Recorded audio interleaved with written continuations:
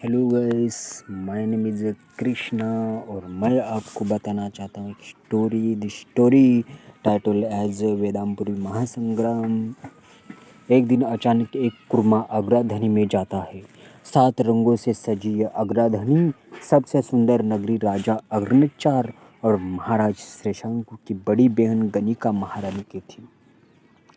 महादेवी की पुत्री गनिमा और पुत्र देवू अपने मामा श्रेशांकु के पुत्र विवाह में चले आते हैं। उस समय ज्येष्ठ राजकुमार वस्त्रांग और त्रुण का विवाह ब्राह्मण पुत्री विदमोहा के साथ चल रहा था और त्रुण का विवाह महाराज नरियार की दूसरी पुत्री वर्णी के साथ चल रहा था। विवाह में तो कोई बाधा नहीं थी। राजघराने के महाराज के बड़े पुत्र शीघ्रसंग तो राजविवाह देखने नहीं गए। इसी कारण शीघ्रसंग और महाराज अग्रचार और माता गनिमा नहीं गए, परंतु ये दोनों भाई बहन राजविवाह में चले गए। परंतु अचानक एक सैनिक आया। महाराज अग्रचार को सैनिक बोलने लगा, महाराज की जय हो। अग्राधनी में दहशत फैली हुई है महाराज। कुर्मों का सदस्य भयानक वृत्ति के कारण विघ्न कर रहा है। प्रजा की दंगल मची हुई है। सारी प्रजा यहाँ से वहाँ भाग रहे थे। ये कुर्मा बहुत ही खतरनाक विशाली थे। नीले रंग की गर्दन और आंखें, लाल हाथ के पंजे केकड़े की तरह है। आसानी से वह इंसानों को अपने हाथों से भक्षण करता था। यह भूचर कुर्मा इतने भयानक थे कि सारी प्रजा डरती थी। अचानक महाराज अग्रचार उड़ जाते और दीवार पर रखी ढाल और तलवार लेकर फिर शीघ्रसंग बोलने लगा, मैं भी साथ चलूंगा पिताजी। मुझे पता है यह जहरीला कुर्मा अधिक ही बलशाली है।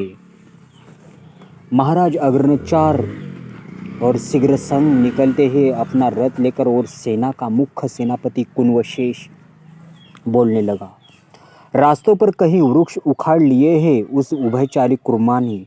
और देखें महाराज, कितनी भयंकर आवाज़ भी निकाल रहा है यह कुर्मा। सप्तगामी बोलने लगा, दरअसल ये कुर्मा भूचर जाति के प्राणी हैं महाराज। इनका एक ही वैशिष्ट्य है कि ये अधिक समय पानी में रहते नहीं, परंतु स्वयं अपनी इंद्रिय कवच में खींच लेना जलम से उनकी परंपरा है। कुंवशेष बोलने लगा, मुझे नहीं लगता कि ये एक कुर्मा होगा, एक साधारण जलचर कुर्मा की तरह। यदि साधारण होता तो समुद्र में रहता। मुझे लगता है यह सभी प्राणियों से और भी एक प्राणी है जो बिल्कुल जलचर कुर्मा की तरह है, परंतु मस्तक और हाथ किसी राक्षसी काया जैसे ही। अग्रचार बोलने लगा, यह जो भी हो, परंतु कई मनुष्यों को मार चुका है कुर्मा। मुझे कुर्मा का मरा हुआ शरीर चाहिए। मार दो इस कुर्मा को। शीघ्रसंग अपनी भालास्त्र से कुर्मा के मुख में ही मारता है और कुर्मा मारा जाता है। वो कुर्मी मारी जाती है। वो कुर्मी मारी जाती है। मरते ही छोटे छोटे कुर्मे फैल गए और वो छोटे कुर्मे मरने लगे। यह राजा सभी छोटे कुर्मे मारे गए महाराज। शीघ्रसंग बोलने लगा, यह कुर्मा कुएं से बाहर निकला है, यानी अब यहाँ कई कुर्मे आएंगे। हमें शीघ्र ही जाकर देखना चाहिए। चलते ही वो कुर्मा के प्रदेश में चले गए। अग्रचार, शीघ्रसंग, सेनापति सप्तगामी और कुंवशेष अपनी सैनिकों को साथ आगे बढ़े। जमीन में बहुत सारे कुएं हैं और उन पर वर्तुलाकार पत्थर की चपटियां हैं। सही वक्त पर यह ढक्कन यानी पत्थर की चपटी रख दी। अब दुश्मनी और भी बढ़ गई, परंतु कुर्मे बहुत ही परेशान हुए हैं। अब बाहर निकलना बहुत ही कठिन हुआ है, परंतु यह उनके मुख्य कुर्मभाम को पता हुआ। कुर्मभाम हमेशा वस्त्र से उनका शरीर छिपाते रहता है। कुर्मों के एक चाहुल आने वाली आवाज़ से बिना सांस लेकर मुख में हवा को दबाकर ढोल बजाना, अपने वाणी में ठोक मारना इन कुर्मों की संकट में रहने की गर्जना थी। कुर्मभाम अपना वस्त्र निकल कर समुंदर में गए थे। महाराज अर्णचार ने वो कुर्मा मारकर समुंदर में फेंक दिया था, परंतु वो कुर्मभाम ने देख लिया। मरा हुआ कुर्मा देखकर वो अश्व पर बैठकर उनकी प्रदेशों में चला गया, परंतु अचानक कुर्मभाम को कुनवशेष और सप्तगामी ने पकड़ लिया। शरीर पर वस्त्र होने के कारण कुर्मभाम तो बच गए। कुनवशेष बोलने लगा, कौन हो तुम? कुर्मभाम बोलने लगा, मैं पूर्वस्था के राजगुरु जी, मैं इन अश्म चप्तियों को देख रहा था। सप्तगामी बोलने लगा, यह अश्म चप्तियाँ हमने रखी है, इन्हें हाथ नहीं लगाना, और भी इस प्रदेश के राजा ने हमें आज्ञा दी है कि जो भी यहाँ पर आए उसे मार दिया जाए। कुर्मभाम बोलने लगा, मैं नहीं जानता था रक्षणदारो, कृपया मुझे क्षमा करो। कुनवशेष बोलने लगा, तो फिर चले जाओ यहाँ से। यह बोलते हैं कुर्मभाम अश्व पर बैठकर चला जाता है। अपने महल में आते ही अपनी विश्राम खोली के अंदर अपनी शरीर पर से वस्त्र उतारता है। तब नृप विरंगा कुर्मभाम को देख लेता है। कुर्म प्रदेश में वो आता है। रक्षणदार भी सो गए थे। इतनी सारी सेना थी कुर्मों को संभालने के लिए।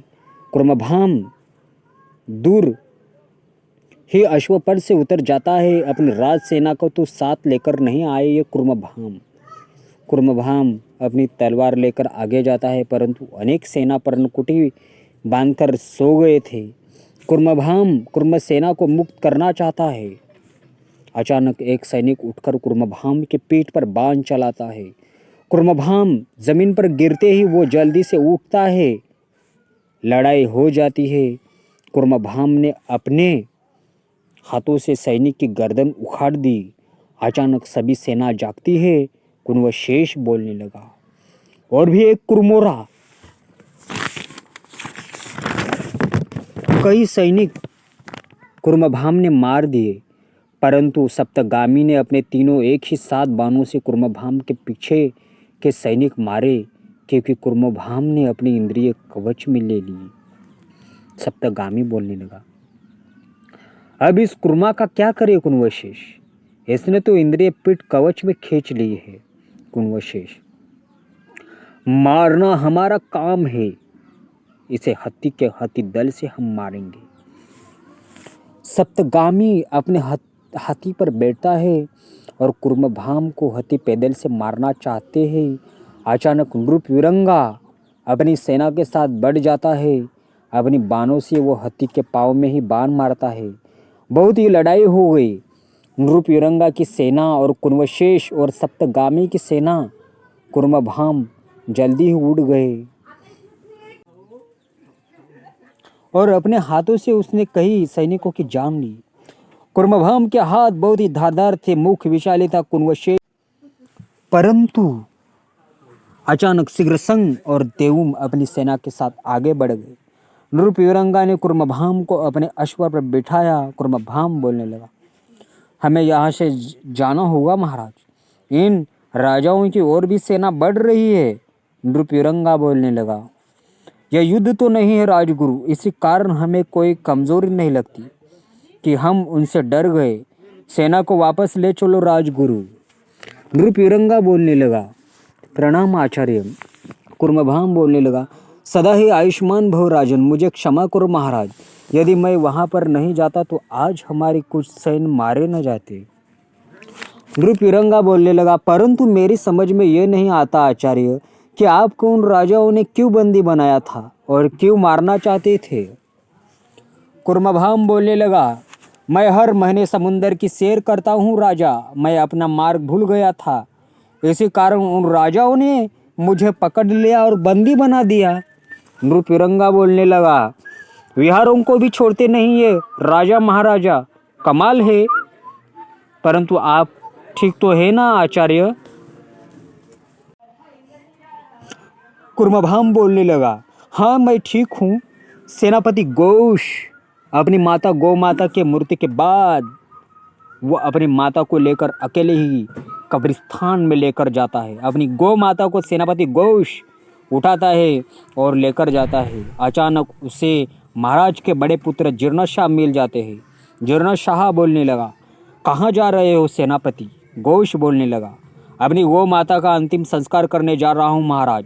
जीर्णशाह बोलने लगा, मैं भी तुम्हारे साथ चलता हूँ सेनापति। दोनों ही कब्रिस्तान में पहुँचते हैं। यह कब्रिस्तान एक ज्वालामुखी है, पत्थर की दीवार रची है। यह ज्वालामुखी पत्थर के अंदर है। मृतदेव को यह अग्नि ज्वाला के अंदर है। मृतदेव को यह अग्नि ज्वाला के ज्वाला में डालते थे। महाराज कब्रिस्तान में जाते ही यह दोनों राजपुत्र जीर्णशाह और घोष दोनों बाजू से रहते हैं। दोनों ही गौ माता को पकड़ते हैं और वो दोनों ही गौ माता का मृत शरीर ज्वालामुखी में छोड़ते हैं। जीर्णशाह बोलने लगा, हमें रथ से यहाँ आना चाहिए था मित्र। महल से कितनी दूर है ना ये कब्रिस्तान? घोष के नेत्र में अचानक धुआं जाता है। घोष बोलने लगा, यह प्रदेश बहुत ही खतरनाक लग रहा है महाराज। यहाँ इन वृक्षों पर बहुत सारा धुआं फैला हुआ है। जीर्णशाह बोलने लगा, यह मेरी शक्ति का प्रकोप है सेनापति। कुछ साल यहाँ पर बहुत सारे प्राणी दशमों इंद्रियां रहती थी। उन्हें सबक सिखाने के लिए मैंने अपनी शक्ति का उपयोग किया। इसी कारण यह धुआं फैल रहा है। और ये देखिए, तुरती तीक्ष्ण बाण मेरे शस्त्र का परिणाम है ये। जीर्णशाह वृक्ष की खोर पर से बाण निकालकर घोष को दिखाता है। ऋषिवती तो अरतारमा के हाथों से बच गए। शापित राजा का बलशाली सेनापति घ्नूर ने तरह तरह के ऋषियों को बंदी बनाया। मुख्यतः तो सभी ऋषियों को घ्नूर बंदी बनाना चाहता था। ऋतवान वशम भगवान शिव की तपस्या में बहुत ही खुश था। शिव की तपस्या से उसने अपनी जमीन में दुग्ध तालाब, जल तालाब, मीठा जल, कड़वा जल और औषधि जलों का निर्माण किया है। सभी रोग विकार पर उसने वेद भूमि बनाई थी। सप्त ऋषि शिव की मूर्ति को पूजा करते थे। सप्त ऋषियों ने वशम को बताया था, जितनी कठोर तपस्या यत्न करोगे उतनी शिव की शक्ति तुम्हें वरदान देगी। भगवान शंकर बहुत ही प्रिय थे वशम को। वह सदैव सप्त ऋषियों के पास, अपनी वेद भूमि करों के पास सुबह शाम आते ही रहते थे। इसी कारण ऊर्ध्वान वशम की प्रजा कभी भी बीमारी से पीड़ित रहती नहीं थी। यह सभी जानने के बाद घ्नूर ने इन सप्त ऋषियों को बंदी बनाना चाहा, परंतु वो 6 ऋषियों को तो बंदी बना नहीं सके। केवल एक ऋषि सनक को उन्होंने बंदी बनाया था। गगसरांगी ने राज सिंहासन जीतकर लाने की उम्मीद ही छोड़ दी, क्योंकि इतने दयालु और परिश्रम के ये राजा शपीरा की वर्तणूक गगसरांगी को बहुत ही अच्छी लगी। इसी कारण वो तो अब शापित गढ़ी पर आक्रमण करना चाहता नहीं।